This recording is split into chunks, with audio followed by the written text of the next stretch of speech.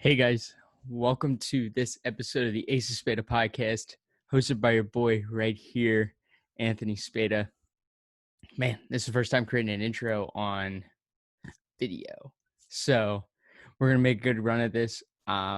Before we get into the episode, I want to make a few quick announcements.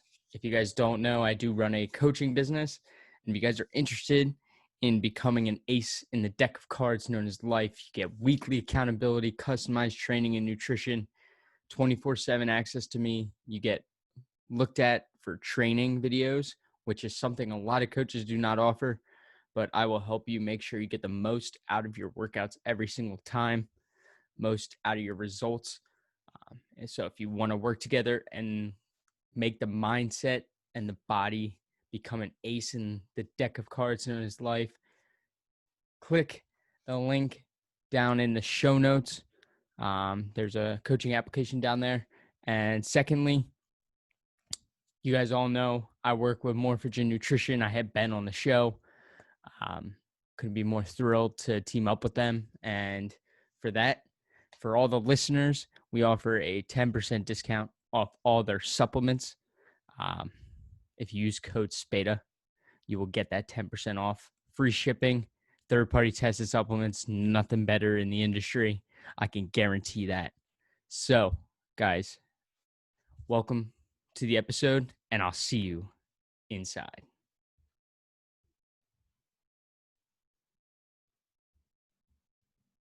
Sorry, guys, we have had a ton of technical difficulties. But where I was at was I was talking about the simple carbs honestly do not work for my body really well.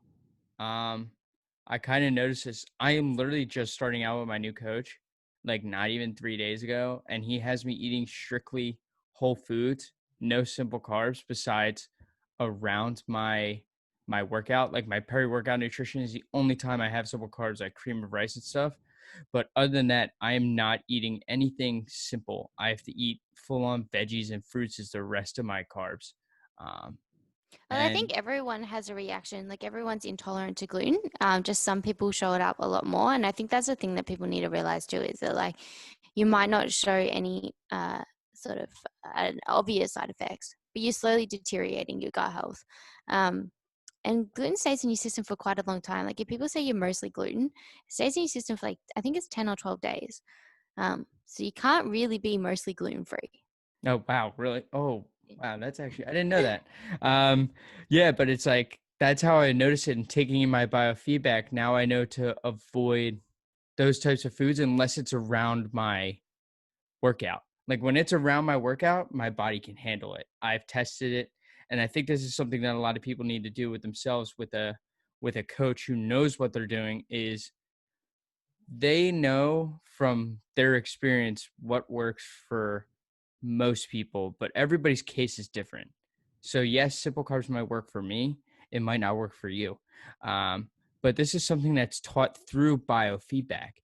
And another part of biofeedback too is something that I want to address here, which is that strict bed rest, which is just completely, absolutely taking non-exercise activity thermogenesis out of this. Mm-hmm. It takes neat. If sorry guys, that was scientific.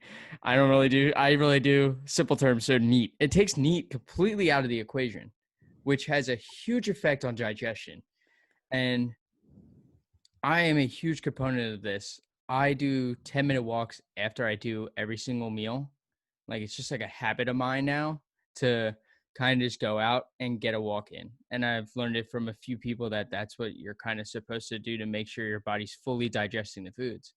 But also getting in steps can help you just like I just feel better by walking. Like I think that's also just a dopamine effect too. I think there's two aspects. So I get it from the point that like our blood pressure and our heart rates are very low, that it can be dangerous for us to be going around and getting 10,000 steps in. But I think like there needs to be some kind of movement involved, like you said, to support digestion and to support our neurotransmitters. And I just think that sometimes you got to weigh up the pros and cons of it, and it shouldn't just be okay. Everyone goes on strict bed rest because they do it more from the sense of not allowing you to train, to not allow the eating disorder to have any kind of wins. When I think it should be, like you said, like an educational process where we're teaching people with eating disorders how to take better care of their bodies. And that isn't just around food, like that also has to be around exercise. What is a healthy amount of exercise, and how do we teach these people to enjoy movement rather than training to burn calories? Yeah. Yeah. I think it's something like you just get that, like you were talking about, that rush of dopamine that just honestly will change a lot of people's lives. And it's especially difficult right now to do it. Mm. Um, Government systems, I won't say anything just because this podcast will get probably not too many listens, but we've been kind of just stricted on what we can do. And it has an effect on a lot of people. And exercise also has that mental health aspect too that I'm pretty sure you get as well from it. Um, it Yeah, just is that one time a day to kind of just clear your head of everything going on. yeah, and that goes back to the BDNFs. And I just think the whole concept around where you're teaching people to stay in bed and not train and not associate, like it's almost like training becomes demonized. And from an aspect that's like something that people with eating disorders are very fearful of. They're very fearful of becoming these obese people who don't train and don't move.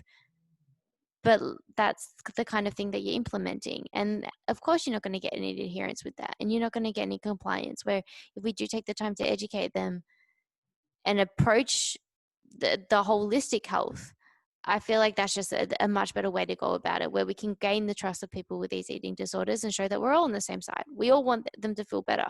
We're not trying to punish them from restricting their calories for so long. Yeah. And I want to touch on something that you kind of made important through your kind of content, which is also like eating disorders are not about technically the food itself. Mm. It's about the person who's going through it. And it's about making that person, at least in my opinion, it's about making that person knowledgeable of what they are going through. And I think this goes back to right back to the they don't teach you.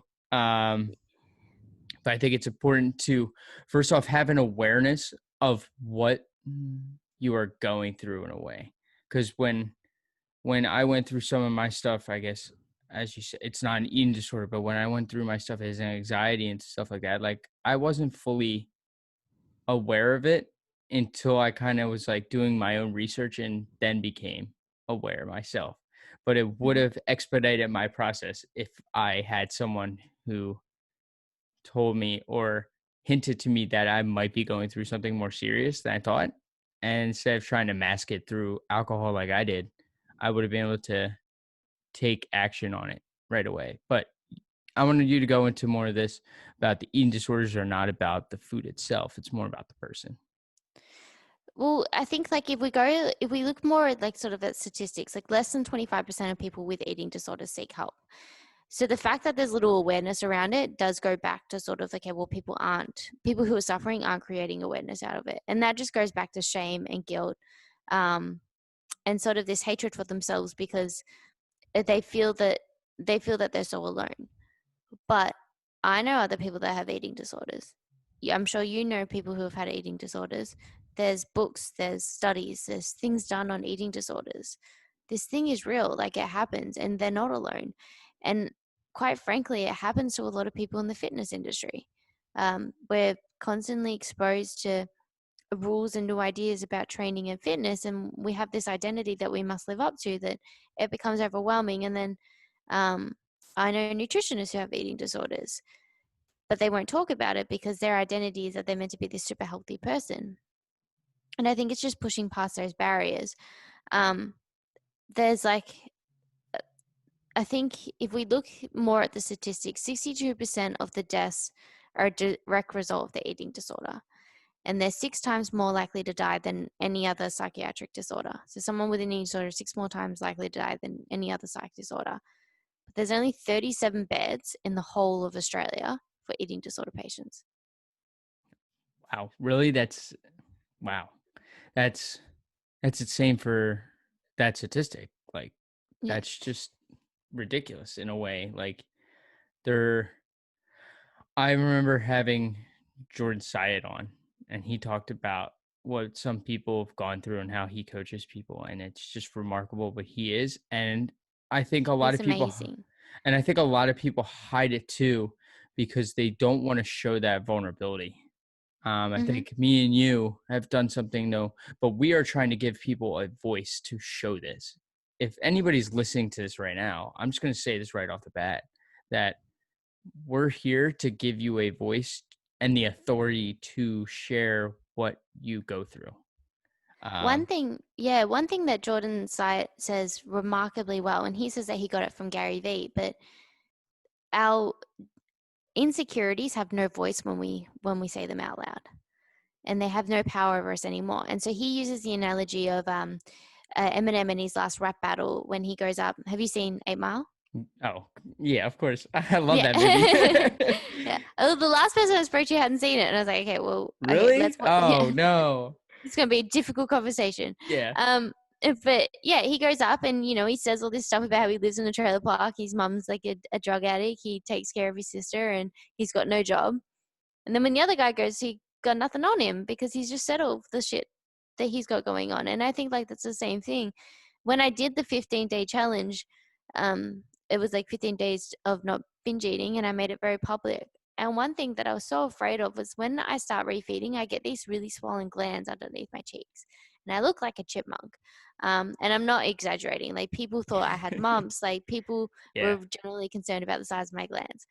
And it's just when I don't feed, or when I purge, I get so dehydrated that I store fluid in my glands. So then when I do refeed and I'm not dehydrated anymore, they get super large because there's excess fluid now. And I was like, I'm going to be on social media and people are going to see my cheeks. And luckily, they didn't get as big as what they normally do, but they do get quite big and quite sore. And for me, that's the reason why I don't stop binging and purging because I'm so afraid of looking like that for so long. But then if I say it and I say it out loud, then people won't comment on it. Like they'll know, okay, well, obviously she's just doing well, she's just eating well. And I think it's just putting that spin on it too. And I like what Jordan says too about not saying that foods are good or bad, because as soon as we say that we're bad, then we think that we fucked up. And then once we fucked up, like we go into this perpetual cycle of binging and if you purging too, but generally just binging on negative and food that you demonize and foods that you assume to be bad. Um, and like he says, like you can't fuck this up. It takes one more meal to get back on track. Yeah. Yeah. I think that's the one thing that he was talking about with me when I had him on is that he was like, there are no good or bad foods. That's like the whole point. That's why you coaches, because you're supposed to teach that there are no good. People can fit whatever they want into their diet in some sort of fashion. And I was reading, I was reading Atomic Habits this morning. And I think it becomes habitual for people who go through things like this when the cycle is, I believe it's cue, craving, response, and reward. So the Okay. cue is kind of like what initiates the behavior, and then the cravings that motivational force behind it, and the response is like you actually binging or purging, and then you get a reward from that. Yeah, and that's Um, that dopamine release. And then yeah, like we become desensitized to that dopamine and we need more and more and more of it to get that same effect. And like I spoke about this after the challenge. I said like if there's one thing I learned, like I'm not mad that I have an eating disorder.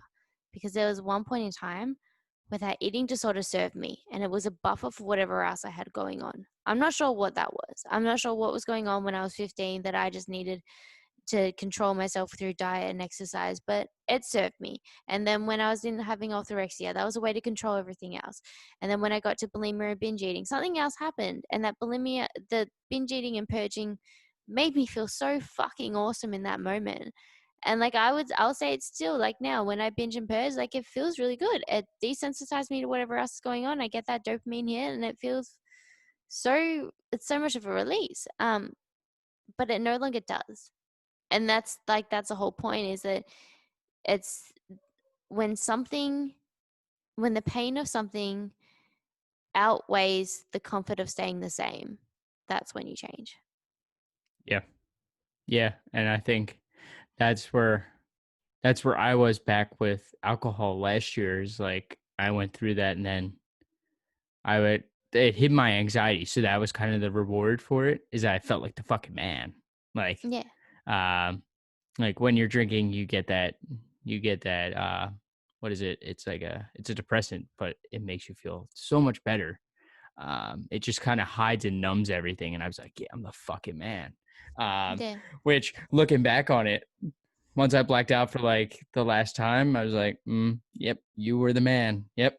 But it took until that last time to kind of change, change it for, and it made me change. And this is when like the whole podcast and all this was started, was from that. And that's what drove my change, is like that moment when I finally was like, enough is enough.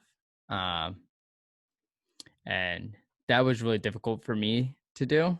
Um, I know I had one incident back in October. I think it was for my birthday that I did it, and I was like, but I had a feeling, I did not have a feeling of dopamine then. I was like, I mean, I did when I was out with my buddies, but like next day hit you. It was like, that was probably one of the worst days, and I felt so guilty. And it comes, and then this is exactly what you're talking about. And then it builds a sense of self hate. And I feel like also with an eating disorder too, if you try to out exercise it, I think this is a problem too that some people like to do, is that they try to out exercise their diet. This is a problem I see in this industry all the time, and it leads to, as I had Sal Stefano on the other day, recording with him, and he talked about how if you look at your physique, and just look at your physique goals, you're going to build your workouts around self hate, and then Mm. that just cues all the habits around to your building. Everything evolves around physical, mental, and nutritional health around that self hate and self worth type talk. Can I just do a side? Did you say Sal Stefano? Yeah. How the fuck did you get him on? um, I just networked myself in. Okay. No, I just asked him on Instagram. He's actually he's willing to do it. I got all three Mind Pump guys actually on. So Oh wow. yeah, no, but he was talking about it, and it was just like, he blew my mind. Like, it was within the first 5 minutes of podcast. He's like, if you look at your just strictly physique goals, you're going to build around self hate. And I think that's what a lot of people struggle with too, is like, we are exposing the struggles here of what people are going through that they don't understand. And that's something that triggers other self hatred motivationals, like I was saying, around mental health and also nutritional health. Yeah. Yeah, I totally agree with you there, and I'm on board 100%.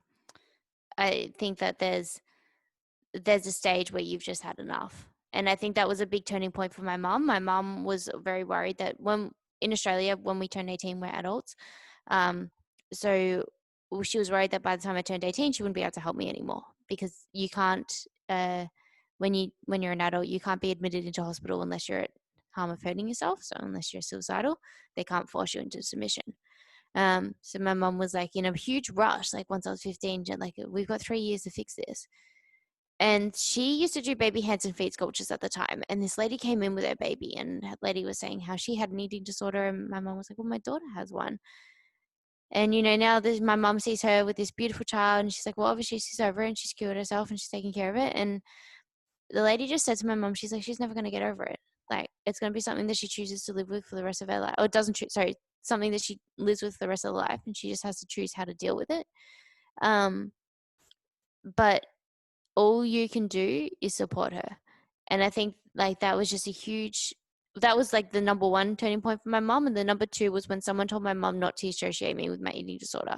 So then all of a sudden, everything that happened, she would say like, that's just the eating disorder, or that's the eating disorder. And then when I was me, like, she would refer me as Darian. And like, that really helped me associate myself away from this identity of someone who has an eating disorder. And then when and she never talked about it. She never bragged about it. And that, like, my dad was a bit opposite. When people came over, it'd be like, this is my daughter Darian, and she has an eating disorder. And so I got associated with that. But my mom didn't feel like it was necessary for anyone to know. That's not who I was. And now to this day, like, when I'm struggling, I can go to my mom and I can say, this is what's going on. and I feel 100% comfortable doing it. I'll be as honest as any, like, complete transparency. It's all out there, everything that I'm doing. And she'll just say, I'm here for you. And then, there's no kind of pressure of me having to pretend that I'm okay when I'm not. And then I will never feel comfortable to go talk to her when things are really in the shit. Um, and so I think that's what people really need to realize too, is that there is no kind of cure, and you're not someone who has an eating disorder. You're someone who's dealing with an eating disorder. Yeah. I remember I remember too from my account with my anxiety. I think it was the day after my 21st birthday. So here, in America, 21, legally able to drink. I think I had a huge anxiety attack, which was literally like the first actual sign that something was wrong. And I didn't notice it for like almost a whole year. But I texted my mom the next day and she's like, you need to go get help. Like she texted me, she's like, you need to go to like we have a thing called CAPS, which is like our psychologist like center for Yeah. colleges. Yeah, we And have cams. okay. Yeah. And my mom's like, you need to go to them and get like seek help. Like we get luckily we get a few free therapy sessions or something from the university. I mean, I'm not there anymore. So I graduated. So it's like, but she was like, you need to go get help. And I kind of just ignored those signs and ignored the signs and ignored the signs.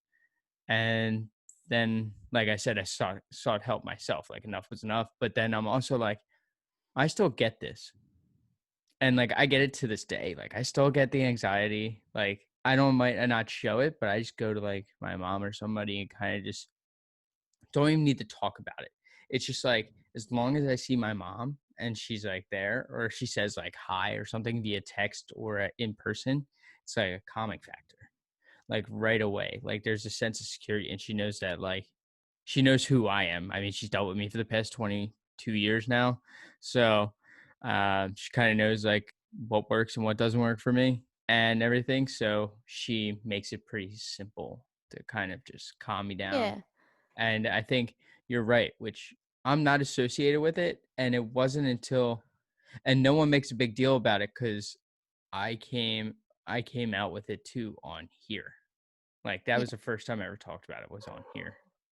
Yeah, wow. And I think like um uh, if people start picking up on the behaviors, which I think is something that we need to really tiptoe around with eating disorders or be very cautious of, is that if you start picking out on people's behaviors in a negative way, like why aren't you doing that, or why aren't you doing this, why aren't you eating with the family, like why are you restricting, or why are you going for a run, it's like, well, then we feel we feel called out, that then we'll just avoid seeing them, and then we isolate ourselves more and more so that we can get away with more and more.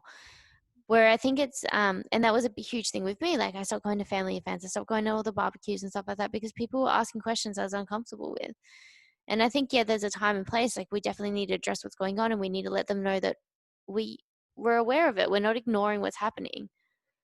But I don't think that we should be calling them out on it and making them feel uncomfortable to talk about it. Yeah, and I think that just makes people hide it even more. Yeah. It's And just then the like more that we hide it, the stronger it gets.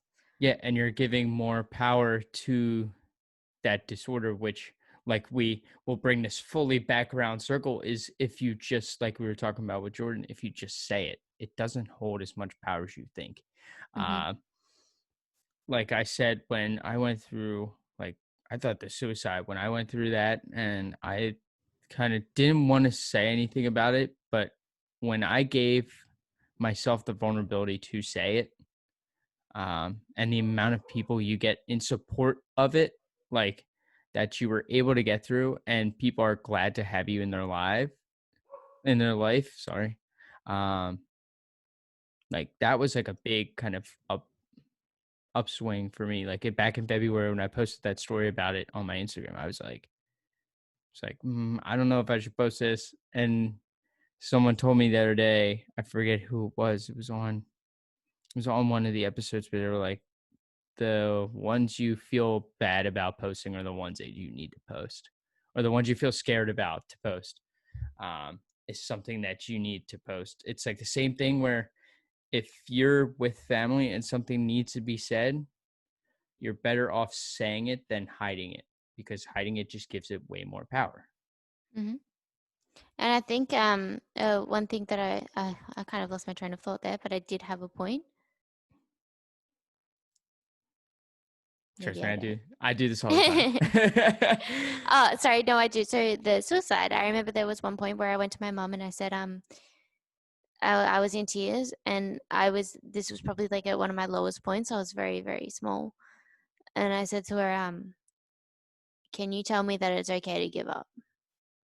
Because like I was so tired of this mental battle in my head of trying to fight it and trying to feel better about myself and trying to get it. So like this is later down the track where I'm more aware I have an eating disorder. At the start, it was very much a denial. Like I just thought, I'm fine, leave me alone. This is probably when I was around about 19 or 20 and I just had enough. And I went to her and I said, please just tell me that it's okay. Like more saying that the only reason that I was hanging on was because I was so afraid of hurting my family that I just wanted her to say that they would be better off if I gave up. She didn't, but like it does get to that point where you're just so fatigued of trying to be a better person. Um, and like I thank her very much now for not giving up on me. But yeah, honestly, like if I didn't have the support network of my mom, I wouldn't be here today. Yeah.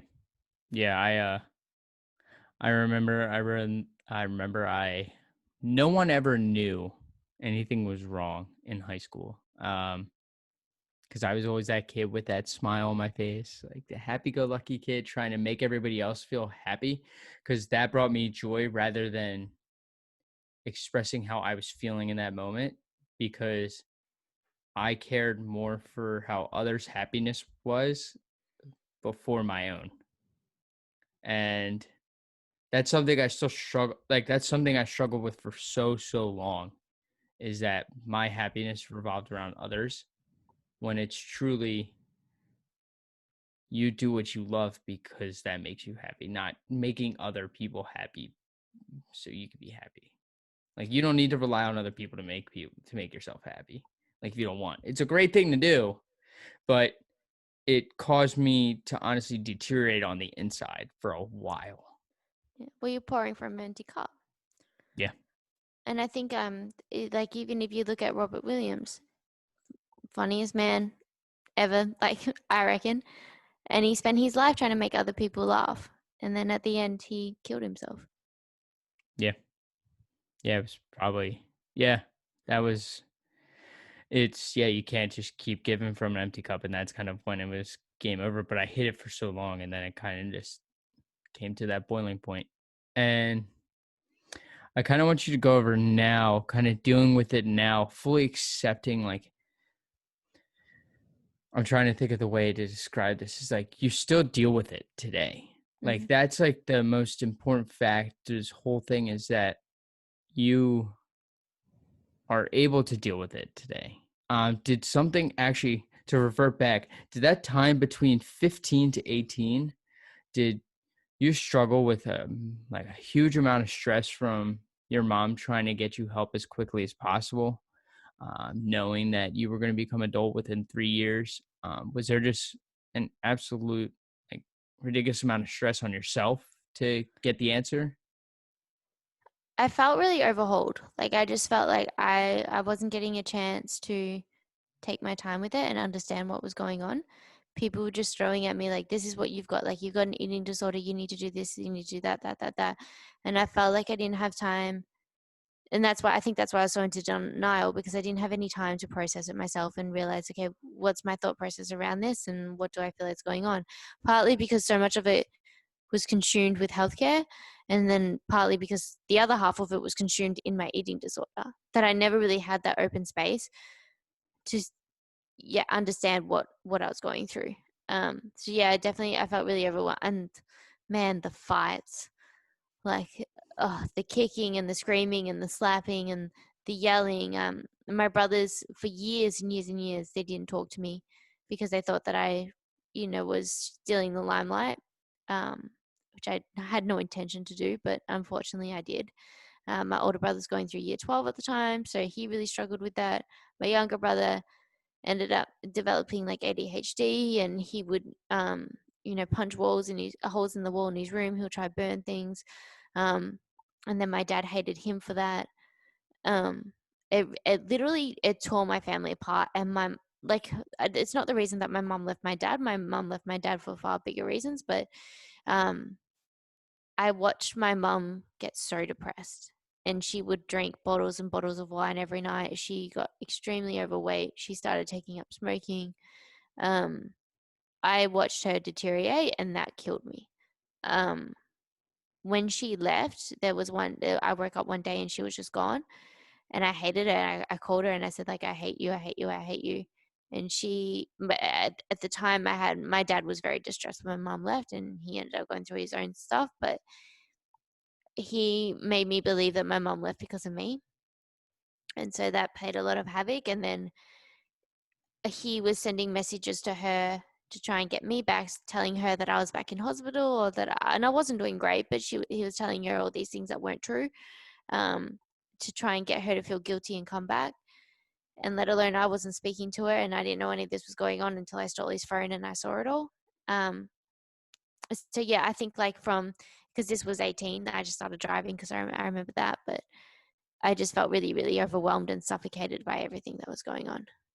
Yeah. I think that's why, I guess, to give my perspective too, is like from my side, I didn't want to share mine, at least with my family. I didn't share, like, my mom found out, my mom or my dad never knew any of this. Like, I think my mom knew before my dad because I told her it was coming out, but my dad didn't know. And he was in tears when he saw the post that I wrote in February. And I didn't want to tell them when I was younger because I was afraid of what was going to happen Mm-hmm. from it. Like, just like what happened with you and the family, I can't express, but I know sometimes we get into fights, sometimes it happens. Arguments always happen. It's part of life. Um, if you've never been in an argument, I'm going to call you a liar. Uh, I didn't want anything because my family is kind of my backbone.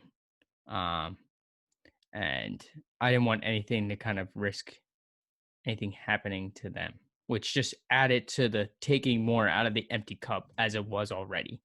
Mm-hmm. Um, but it's really interesting to see that, like, the eating disorder played a bigger role than just you. Like, that's something like it seemed like it empowered others as well from it, like through the abuse of you having that disorder. Um, it gave other people a power, like an abuse of power in a way. It seems like, especially with your dad. Um, Yeah, and I think like my dad's got his own stuff going on, and I don't blame him for the eating disorder, but there's so much that I wish he didn't do now that I know about it. But like I said, there was, there's so much more out there now, so much more information out there now. But like, 10, 10 years ago, how old am I now? Yeah, 10 years ago, there wasn't anything out there. No one knew how to get help. No one knew how to deal with it. And so like, I don't blame anyone, and I don't, and like I said, I'm not angry that I have it. But yeah, if I go back now, I'd be like, Dad, you should probably move out. Like, yeah, no, I thought when I was in that time, I thought it was so. I wouldn't blame. So, like you said, there's problems with the health system in your thing. I think there's a problem wrong with the school systems in ours, in the way that mental health is kind of treated. It's way better nowadays, 5 years down the road, than it was 5 years back when it happened. But like at lunches and everything, like there's guidance counselors there, like kind of overlooking lunches, make sure everything's kind of controlled and stuff, make sure nothing really happens that's kind of crazy. Um, as responsible high schoolers as we are, there's always some crazy people that don't get along. Um, but they see it.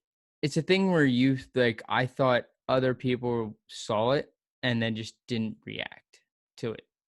Mhm. Um, and I think that's a problem within the schooling system here in America, is that it's more of a survive and thrive on your own. Like, yes, that's an important lesson in life to kind of go.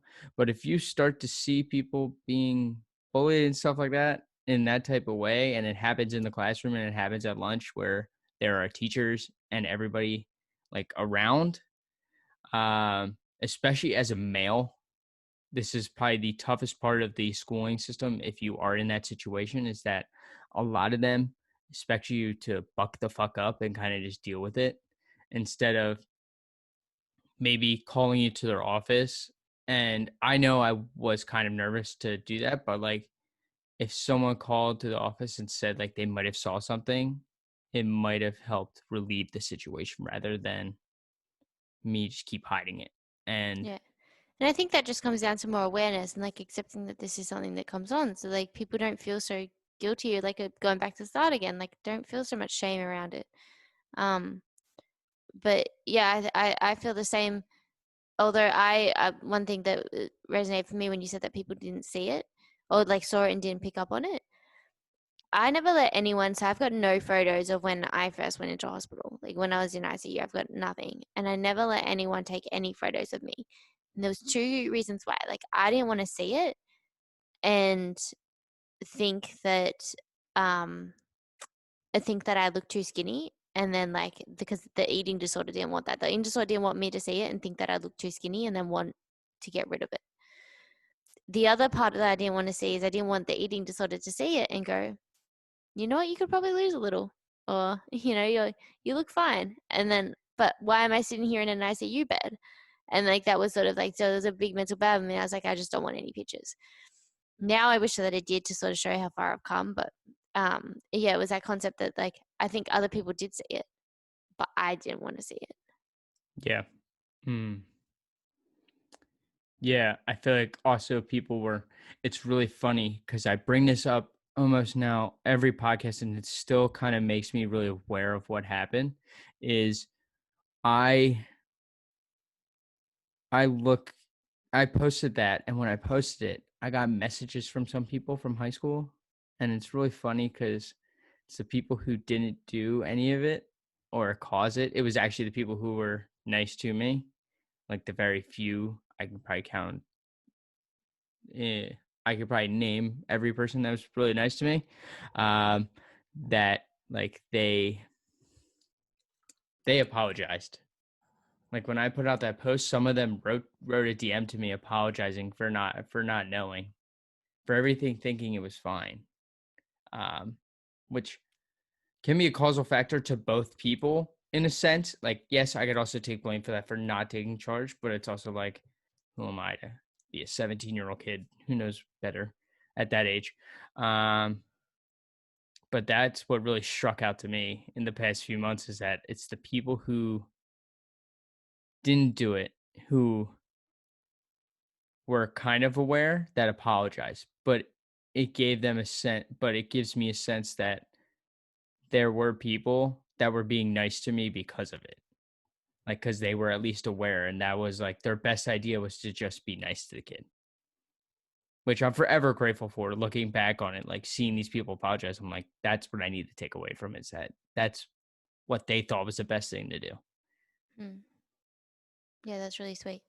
Yeah, that was the struggle. It took a while to realize that until I found that pattern after I did all that.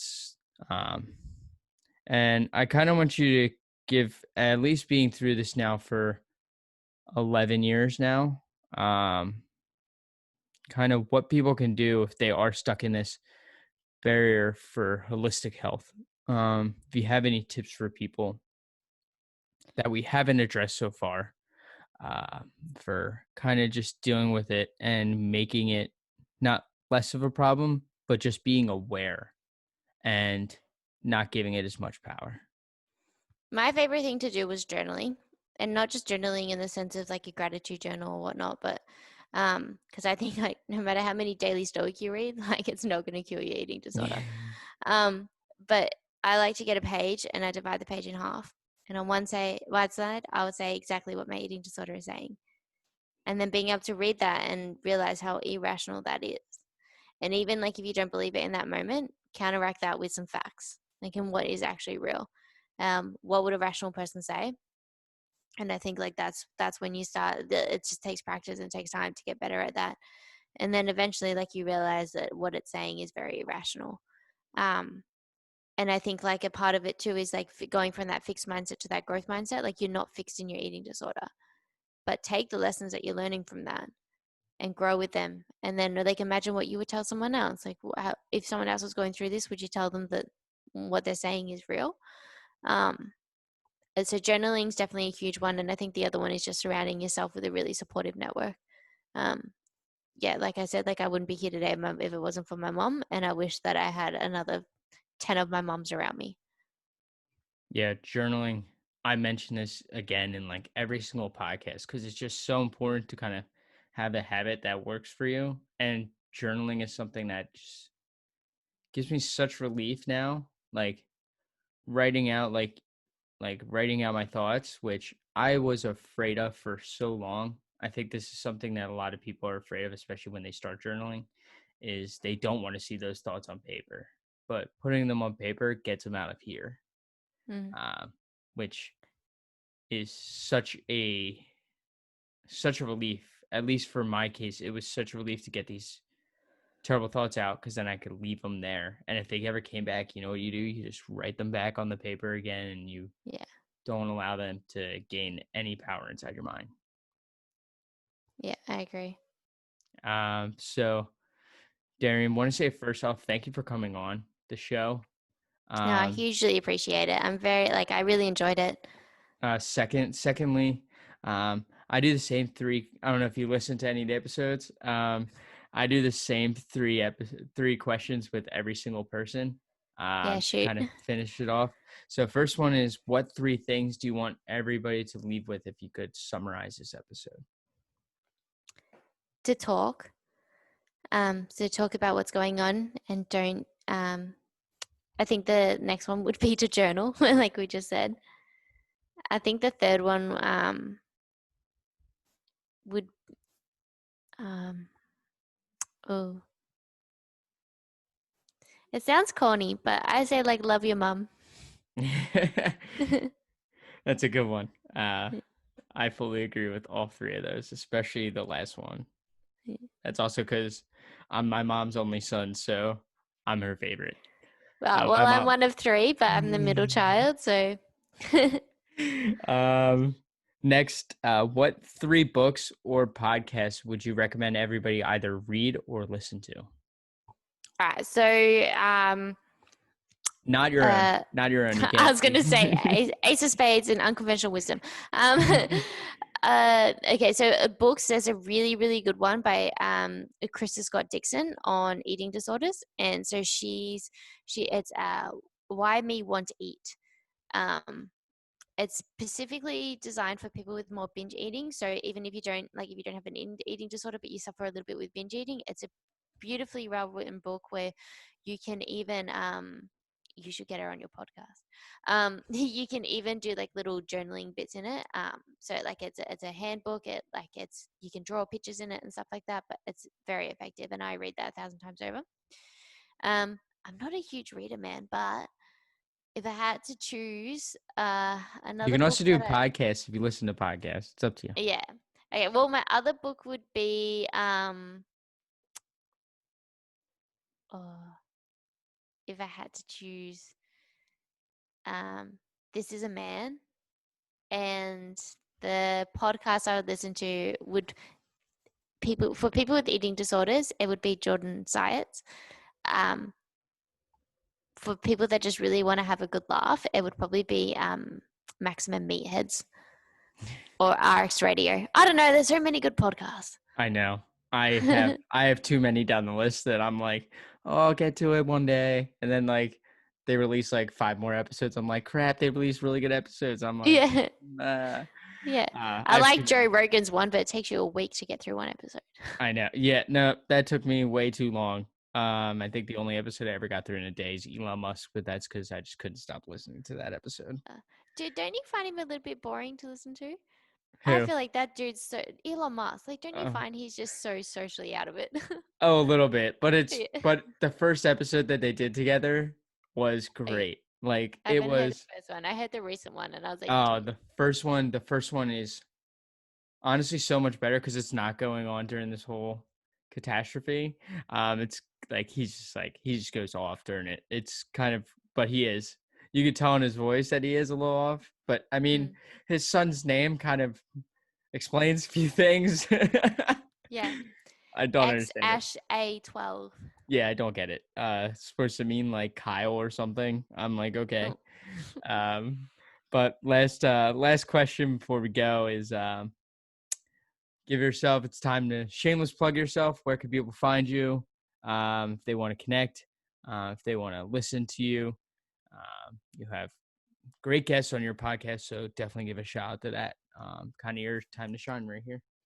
So the podcast is Unconventional Wisdom, and that's just looking at other ways apart from common media prescriptions of health and wellness, of what actually makes people live their best life. I have an ebook coming out now, which is probably the best thing to plug on eating disorders. So all the kind of missing links I spoke about are all on there, and where to find help.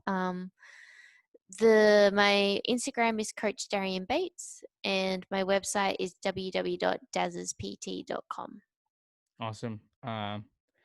Guys, you should take away a lot from this episode. And if you did enjoy this episode, all that we ask is that you screenshot you listening, tag both of us in it, and put it on your Instagram story. Make some more impact. Hopefully, it reaches someone who could really listen to this episode.